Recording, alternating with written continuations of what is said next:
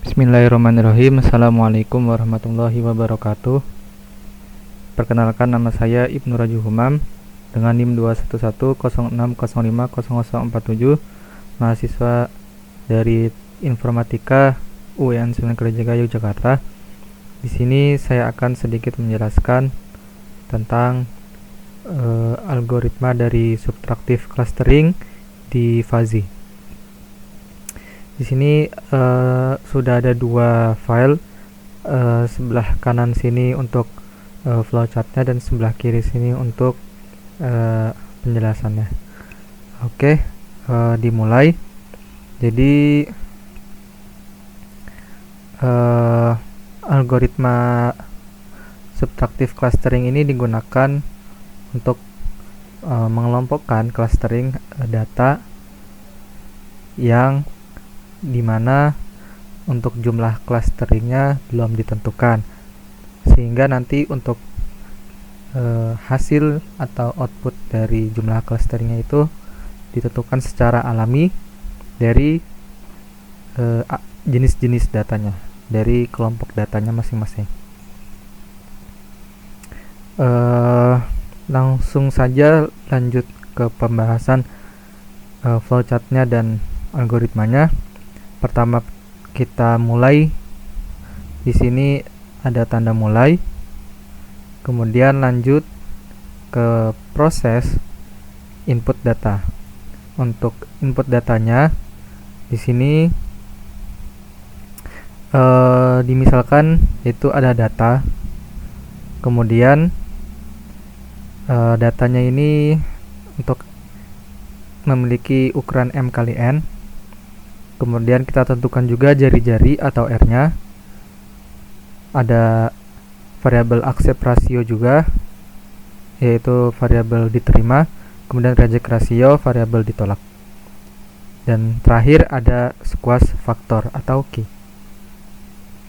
Selanjutnya kembali lagi ke flowchartnya. Di sini ada proses normalisasi data. Nah, di normalisasi data ini seperti ditunjukkan di sebelah kiri, itu rumusnya xij sama dengan xij min x min j per x max j dikurang x min j. Untuk i yaitu sampai dari 1 sampai dengan n dan j 1 sampai dengan m. Nah, untuk batas bawah atau x min itu rentannya ditentukan sesuai kebutuhan, dan juga untuk batas atas X max-nya juga untuk rentannya ditentukan masing-masing. Setelah normalisasi data dilakukan, normalisasi data ini dilakukan untuk menyamakan semua data sehingga tidak terlalu jauh perbedaan antar datanya. Lanjut ke proses selanjutnya, yaitu menghitung potensi awal. Untuk menghitung potensi awal, di sini kita perlu mencari jarak antar titiknya, jarak dari titik satu ke titik lainnya, dengan rumus. Di sini pertama kita cari dulu TI-nya, TJ, yaitu XIJ, di mana distance-nya yaitu kj sama dengan tj min xkj per r. Untuk potensi awal, jika m sama dengan 0, maka hasilnya akan tetap 0, kemudian karena jaraknya dengan titik itu sendiri. Kemudian jika karena m lebih besar dari 1, maka kita hitung dulu di nya sama dengan sigma e pangkat min 4 dsk, di mana dsk ini sama dengan sigma distance kj kuadrat. Nah, setelah mendapatkan potensi awal dari masing-masing titik data, selanjutnya yaitu di flowchartnya menentukan calon pusat cluster berikutnya dengan nilai tertinggi. Nah, dari potensi awal tadi ini nanti akan ditemukan nilai-nilai potensi pada tiap-tiap titik, kemudian tentukan nilai tertingginya. Nah, di sini mencari titik potensi tertinggi. M sama dengan max dk, di mana k itu 1 sampai dengan n. Terus selanjutnya di sini lanjut masuk ke bagian proses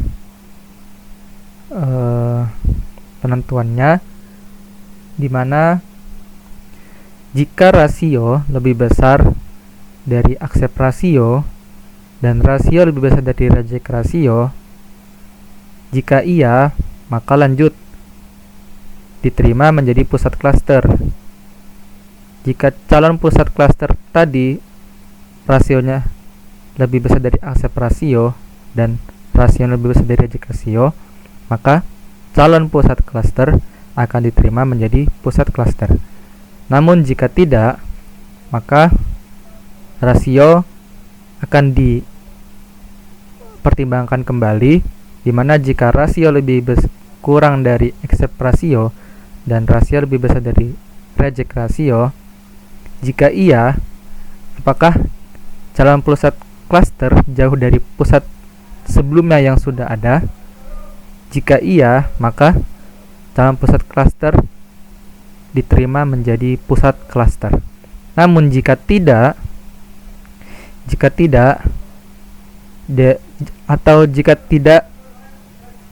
jauh berarti dekat dengan pusat klaster yang sudah ada, maka ditolak menjadi pusat klaster. Oke. Untuk yang di sini juga, jika rasio kurang dari accept rasio dan rasio lebih besar reject rasio, ternyata calon pusat klaster tidak memenuhi, maka tidak. Dan jika tidak, proses iterasi akan dihentikan. Kita kembali lagi ke menentukan calon pusat klaster. Di sini di bagian 4 mencari titik potensi tertinggi. Kemudian kita hitung iterasinya. Di sini tentukan pusat klaster dan kurangi potensi sekitarnya data. Nah, pusat klaster tadi sebelumnya menghitung potensial. Pusat klaster yang dipilih dengan nilai potensi tertinggi akan disimpan pada variabel v, di mana x sama dengan n. Untuk perhitungan rasio, karena di sini kita membandingkan rasio dengan accept rasio dan reject rasio, rasio didapatkan dari mutlak z dibagi mutlak m, di mana z itu sama dengan m dan m adalah maks pada iterasi ke n. Di sini penentuan pusat klaster dari calon pusat klaster.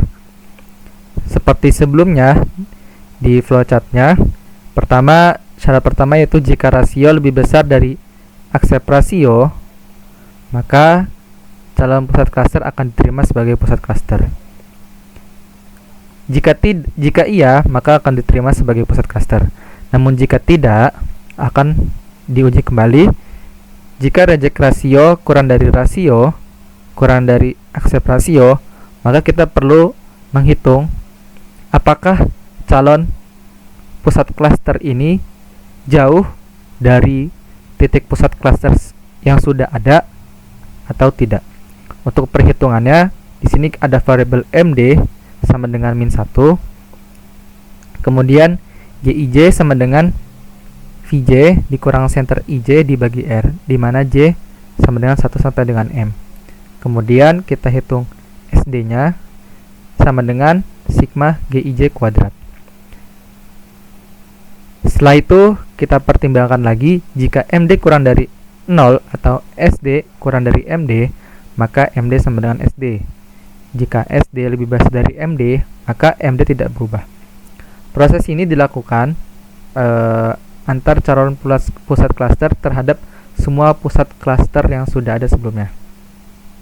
Nah, untuk yang di bagian ini, jika iya, maka akan kan calon pusat klaster jauh dari pusat yang sudah ada atau tidak. Nah, di sini perhitungannya, rasio ditambah SMD. Jika rasio ditambah SMD lebih besar dari sama dengan 1, maka titik diterima sebagai pusat klaster. Namun jika rasio ditambah SMT kurang dari 1, maka titik tidak akan dipertimbangkan lagi menjadi pusat klaster dan potensinya menjadi 0.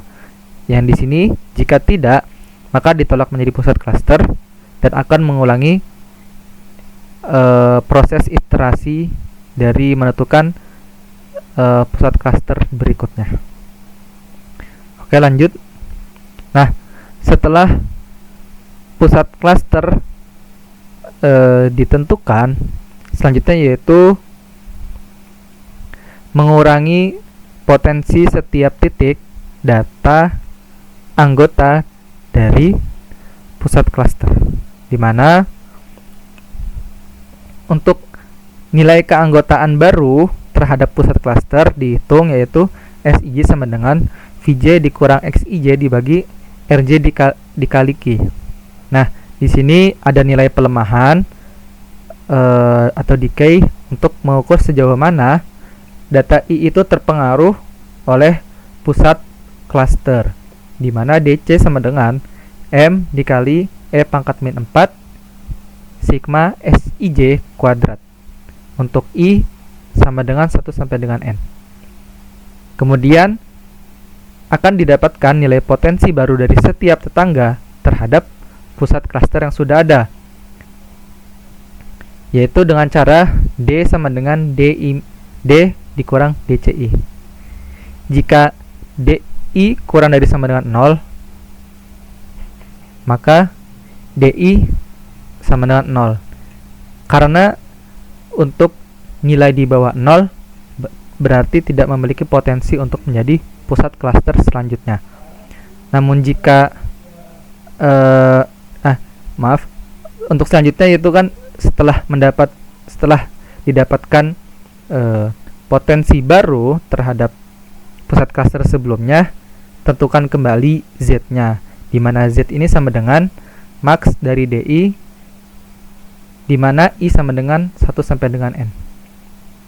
Lakukan perulangan ini dari nomor 4 dari proses mencari titik potensi tertinggi. Di sini. Oke.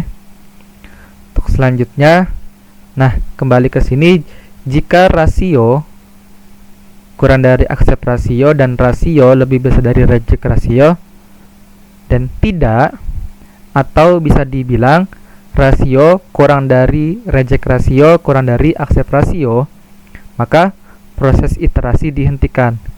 Hal ini dihentikan karena sudah tidak ada lagi calon titik yang berpotensi menjadi pusat klaster selanjutnya. Nah, setelah proses iterasi dihentikan, yaitu dilakukan denormalisasi data, di mana denormalisasi data itu dilakukan dengan cara CIJ. C ini pusat klaster yang telah ditentukan sebelumnya yang didapatkan dari proses iterasi sama dengan CIJ dikali X max J dikurang X min J ditambah X min J. Setelah data dinormalisasi, kemudian selesai. Mungkin sekian dari saya. Bila ada salah kata mohon maaf, dan bila ada salah pemahaman silakan dikoreksi. Terima kasih. Wallahul muwaffiq ila aqwamit thoriq. Assalamualaikum warahmatullahi wabarakatuh.